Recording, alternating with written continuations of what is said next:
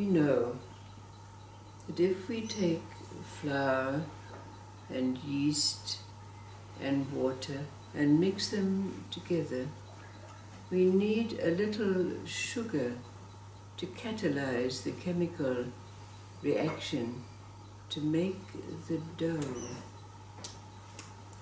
So there are three very simple stories that we could say represent the flour, the yeast, and the water. And the question can be asked, what is this sugar?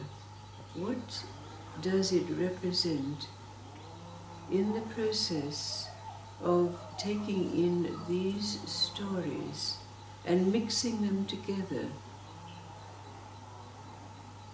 The first is a story of the prince. One day, the king and queen came down to the breakfast table, but their son, the prince, was missing. So when the servants came in to serve the breakfast food, they asked, "Have you seen the prince?" And the servants, with downcast eyes, pointed towards the kitchen. So the king and the queen went into the kitchen, and there was their son, the prince, naked, under the table, picking at the crumbs on the floor. And when they asked him, "What is it?" he said, "Go away, I'm a rooster." So, of course, the king and queen were very, very concerned about this, because their prince had been groomed to take over the kingdom. He knew the ways of martial arts, he knew the manner of running a kingdom, the ways of diplomacy, and the sciences and the rest.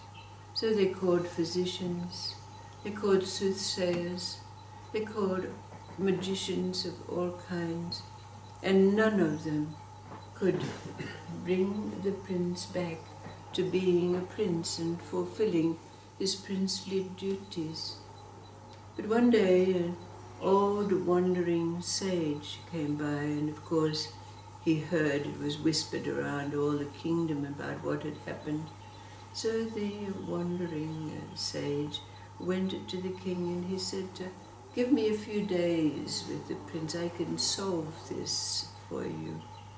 So they did exactly what the old sage says, and the next thing the sage went into the kitchen, stripped off all his clothes and climbed under the table with the prince. And at first the prince, still pecking around on the floor, was very wary of him, and he said, "Who are you?" And the sage said, "I'm a rooster too." Well, they became the best of friends, they enjoyed pecking around for the crumbs and the pieces of corn that the servants spread around on the floor. And they got to talking about rooster talk and all that kind of thing. And then after a few days, the old sage got up and put on a pair of trousers and a shirt. And the prince said, "What are you doing? Roosters don't wear clothes." And the old sage said, "Well, I can still be a rooster and wear clothes." And so after another day or two, the prince came out and put on clothes too. And then the sage sat down at the table and began to eat the delicious food that was made by the servants. And the prince said, "Well, what are you doing? Roosters don't eat that kind of food." And of course the sage said, "I can still be a rooster and eat food that others eat." You can clean the rest of that story, because after a few days they were dressed, they were sitting at the table enjoying their meals, they were discussing philosophy and affairs of state and all kinds of things. So it seemed that the prince was acting just like a prince again. But then the old sage had to take his leave and get on his way, and so the last advice he gave to the prince, of course, we can still be a rooster and put on clothes and act like a human being. And there's a story about a wood chopper, and there was a war going on in his country. So there were warring soldiers through the hills in which his village was nestled. But to sell his wood, he had to go up into the mountains. So he loaded his donkey with his wood that he'd collected so painstakingly from the forests around his village. But just as he was coming up into a high pass, he was accosted by a group of soldiers, and they had need of a donkey. So they said to the woodchopper, "How much do you want for your donkey?" And the donkey said, "I can't sell my donkey because I need my donkey to carry this wood to where I'm going so I can sell my wood and make my living." No, I am not selling my donkey," he said. Well, the soldier said, "How much do you want for the wood?" And he said, "Oh, 5 coins. So the soldiers paid over the 5 coins, and they said, "Now how much do you want for your donkey?" And he said 20 coins. So the soldiers handed over the 20 coins, and then they immediately began to unload the wood from the donkey and leave it on the side of the road. And they were just about to lead the donkey away when the wood chopper said, but what about my wood?" And the soldier said, "We don't need your wood, we just wanted the donkey. We paid you good money for it." And after a lot of argument back and forth, when the wood chopper just kept saying, but what about my wood?" The soldiers got disgruntled and just grabbed the halter of the donkey and led it away and left the poor wood chopper there commiserating over his load of wood. And then the third story is the story about 2 merchants, well-to-do merchants they were. And one day they heard that there was a very erudite sage coming to give a dissertation in the village. So they went along to hear what he had to say. And the great erudite speaker was explaining that once every day that energy would move up the Sushumna, up the spine, and when it reached the tongue, the Saraswati Nadi, any wish that you had would come true. But for this to work, you had to spend your days speaking about good things, not cursing, not speaking or thinking bad thoughts. And then, of course, if you really wanted something enough, then you would have to fast and do several rituals. And then that Saraswati Nadi would be activated and your wish would come true. Well, after the talk, the 2 merchants got talking together, and one said to the other, what did you think about that? And the other one said, "Well, I'm going to try it. Will you accompany me? Will you watch me while I do it?" So they had made that agreement.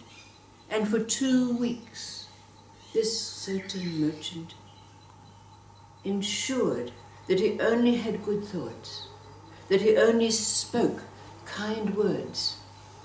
For several days before, he fasted. And he lit the incense and the candles that signified that ritual. And then they kept their vigil that night when the moon was just rising. And they sat beside a brick. And one of the merchants said over and over, intoning, "Turn the brick into gold. Turn the brick into gold." And so he went on the whole night, resisting sleep, in turn the brick into gold. And after a long, long night, just when the first rays of light were coming, the merchant thought to himself, what a load of hogwash this is. Just turned into sand. And you know, that was just the moment when the Sarasnadi Wadi was awakened on his lips, and there in front of him was a pile of sand. Well, the other merchant, he was, of course, the first merchant was very disgruntled, but the second merchant jumped up and he said, you bet in a month's time I'm going to do the same thing and I'm going to be a rich man.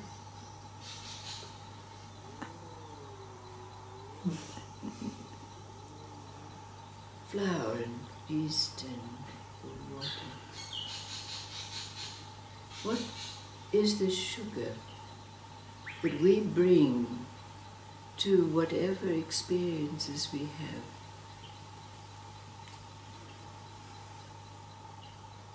That allow it to homogenize, knowing that the three levels of life are contained in every experience, the sensual, the ascetic, and the transcendent.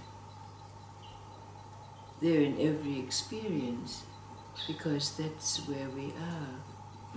But what is the sugar that allows it all to homogenize, to become dough, to become what we might say is our truth? That which we make the bread that feeds life, because it's our experiences that bring the wisdom that we can share, isn't it? Mm-hmm. So what is this sugar? What does it represent for us that allows these three levels of every experience to homogenize, to mix in us, to make our wisdom?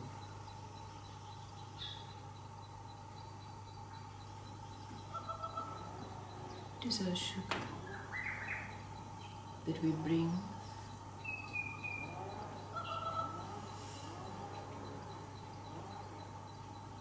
to every experience?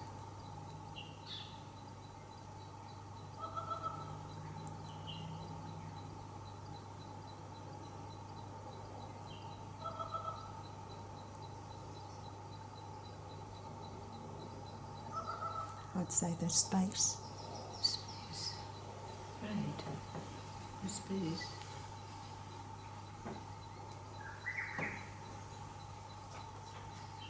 Stop being a salmon. Pardon? Stop being a salmon.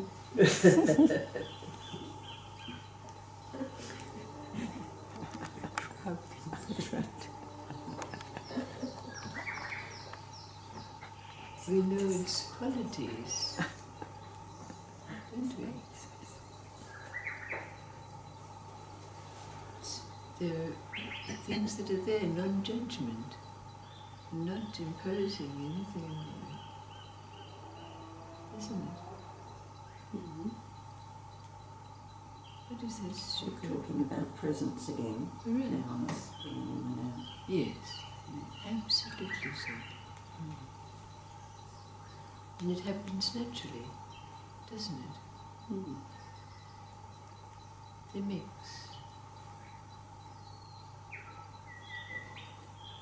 Thank you.